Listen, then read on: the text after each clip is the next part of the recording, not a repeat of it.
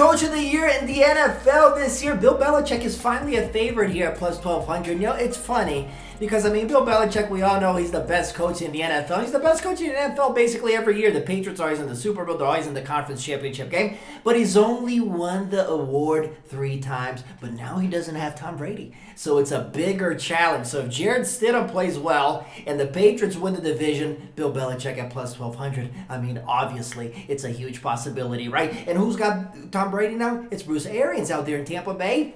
He's co-favorites there with Belichick at plus 1,200. We'll see what Tampa does in 2020. But there are a couple other interesting plays that I really want you to keep an eye on, right? And one guy I really like is Sean Mcdermott of the Buffalo Bills at plus 1,800.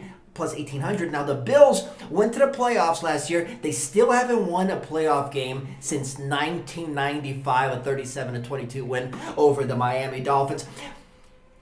But their defense was so dominant. Sean McDermott's been doing a really good job there. So if Josh Allen gets better and the Bills win the division for the first time this century, which I think is a distinct possibility, I think it's going to be hard not to give the award to Sean McDermott at plus 1,800. Another guy. Let's stay in the division. Brian Flores, plus 2,500. The Dolphins, with a terrible roster, won 5 of the last 9 games last year. I thought Flores did an exceptional job. One of the best coaches in the NFL last year, right? Now they have some pieces on offense. They got some nice pieces on defense there for Brian Flores. So if the Dolphins improve and maybe make the playoffs with that, I think it's kind of a possibility at plus 2,500. B-Flow, you got to consider them. 2 other guys. Mike Tomlin. Mike Tomlin at plus 2,800.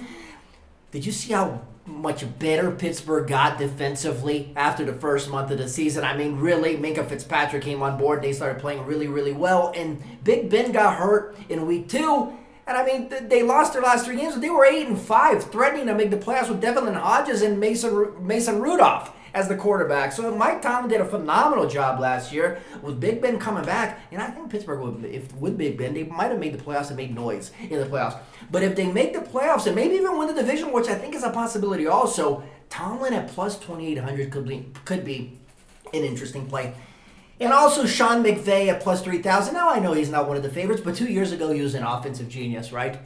Offensive mastermind, if you will. Sean McVeigh, took the Rams to the Super Bowl. Jared Goff turned into a really good quarterback. Todd Gurley was just running everywhere, scoring touchdowns. It was beautiful to see the Rams. They took a step back last year. They lost some pieces on defense. Their offensive line was not good in 2019. But if they come back to their winning ways, right? Jared Goff comes back to being a good quarterback. Maybe Cam Akers, does a good job there. The rookie running back from Florida State subbing for Todd Gurley, who's now an Atlanta Falcon.